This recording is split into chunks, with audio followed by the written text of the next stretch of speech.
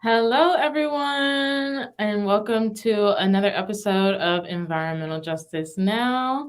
My name is Leah Jones, and I am the organizing coordinator and water justice organizer here at Virginia Interfaith Power and Light. Thanks so much for joining us again today for another episode. Before we get started today, I'd like to do, as usual, just a very brief land acknowledgement. While we are on a video call and many of us are joining in from different places, it's important to remind ourselves that we do gather on the unceded land of the indigenous peoples. And I am joining in from so-called Richmond, Virginia, and I am currently located on the land of the Powhatan and Chickahominy peoples. So if you are unsure whose land you are on and you would like to learn more and find out, you can always visit native-land.ca to find out. So on that note, happy Friday, everyone. We've made it through another week again. Good afternoon. I'm glad to say that we made it through another week of the General Assembly this week. It's been another week full of lobbying. Just yesterday, many of us were in the Pocahontas building as a part of the Energy Burden Coalition. VIPL was. They're advocating for many of our bills that I'll be mentioning today. Just as usual, we will be providing just updates today, quick updates on the bills that we're leading on, as well as some of the bills that we're supporting this session. So please stay tuned. The bills that we are going to start with today, as usual, are the bills that we're leading on. So just a little bit more about our shutoff bills. If you haven't heard already, we are advocating for our utility shutoff protection bills. Again, this session, the bills that we were advocating for were HB 2283, sponsored by Delegate Shin, along with a matching companion bill in the Senate, SB 1447. Unfortunately, today we do have bad news regarding those bills. Well, not both, but particularly the House bill, HB 2283. It was up on this past Tuesday in the House Commerce and Energy Committee. Unfortunately, the bill died on the 24th. The subcommittee recommended laying it on the table. It was a 5 yes, 3 no vote, so it was a little close, but unfortunately, we weren't able to get the bill passed in the House. With that being said, we do still have the same companion bill, SB 1447, still up in the running, where there's still a chance for us to make this bill pass this session. The bill itself, SB 1447, was in fact also up in committee this week. It was heard just this past Wednesday in the Commerce and Labor Energy Subcommittee. Commerce and Labor Committee, but specifically in the Energy Subcommittee. Unfortunately, we did not receive a motion, a seconded motion to report the bill. So now we do have to wait for the bill to be heard again on the floor with the full Senate. So the bad news is we couldn't get the bill to pass within that committee on its first run, but we will have another chance to advocate and defend this bill, and we will be needing your help again. So as usual, we will be sending out an action alert when it does come up in the full committee, and we hope that you all will be on the lookout and hopes to support us and this bill because we do believe that it should be a basic right for all Virginians, having access to essential services. So at least providing more protections to make sure that Virginia residents do have access to essential services like gas, water, and electricity, of course. That's our update, unfortunately, on our utility shutoff protections bills.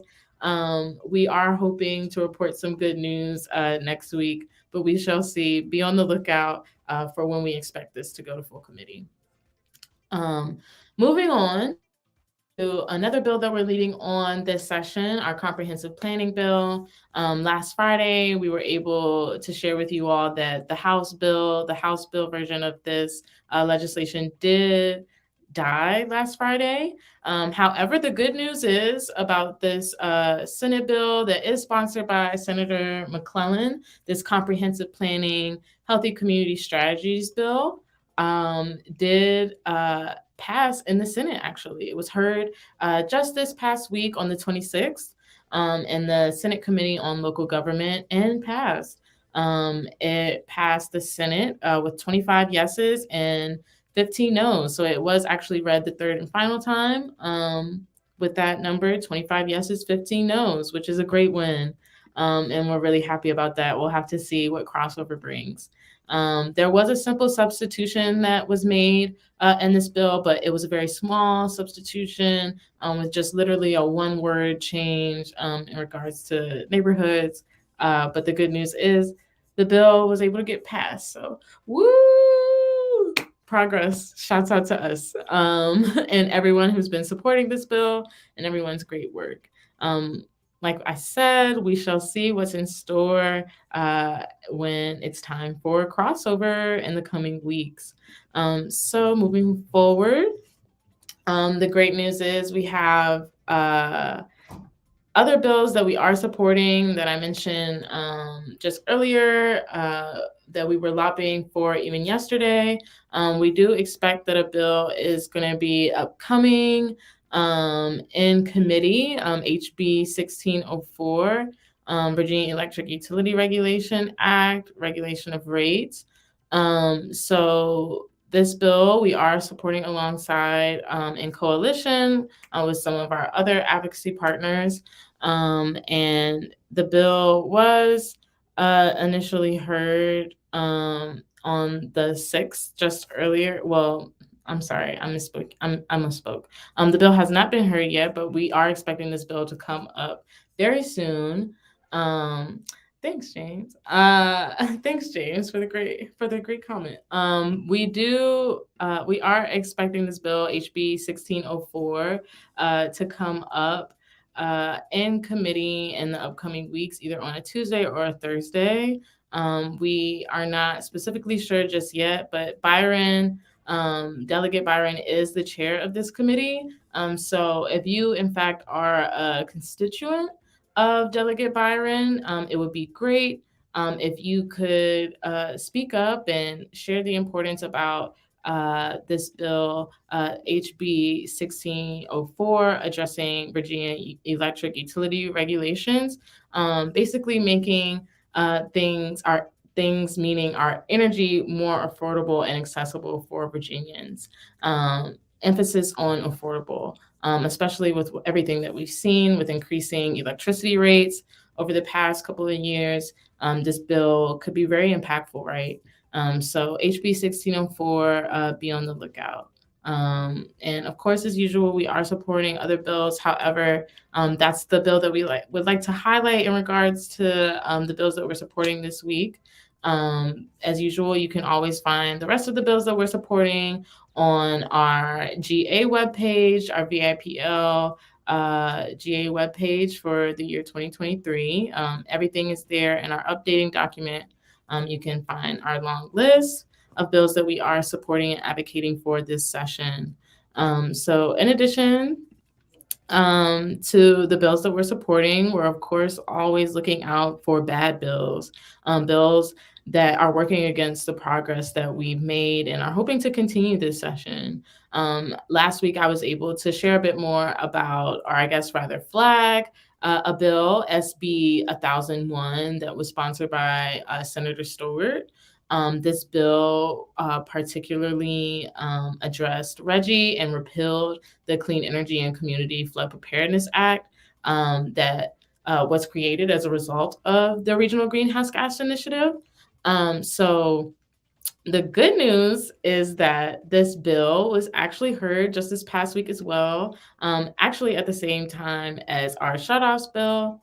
Well, not the same time, excuse me, the same day as our utilities bill. And it was defeated. So RGGI has not been repealed. Virginia is still in RGGI.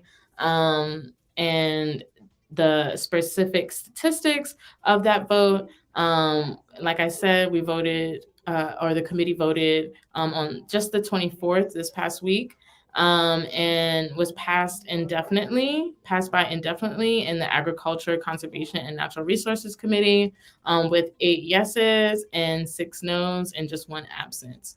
So it was a little close, closer than we maybe would have liked it to be, but we made it happen. We are still a part of RGGI, and we are still defending that progress that we've made. I think today that is all. Those are all of the updates I have for everyone regarding the bills that we've been leading on, a bill that we're looking forward to supporting in the coming weeks, and also just great news about a bill that we were nervous about, and we're not lucky, but grateful to have defeated. And it's definitely because of everyone's hard work and advocacy. So shouts out to everyone at home once again who's been working hard and within their own schedule, but also within their communities, like their faith communities or families, getting everyone and friends to lobby in support of the bills that we've been uplifting, as well as defending the progress that we've made so far for important advancements like the Regional Greenhouse Gas Initiative. So as usual, we'll be looking forward to next week for another busy week full of lobbying. VCN Lobby Day is next week. I believe the last day to register for that lobby day was yesterday at 5 p.m. But feel free to double check behind me for VCN's Conservation Lobby Day. We'll be lobbying for a lot of the bills that I just mentioned, in addition to so many others. So please still register for that if you can. We'll look forward to seeing you for the updates next week.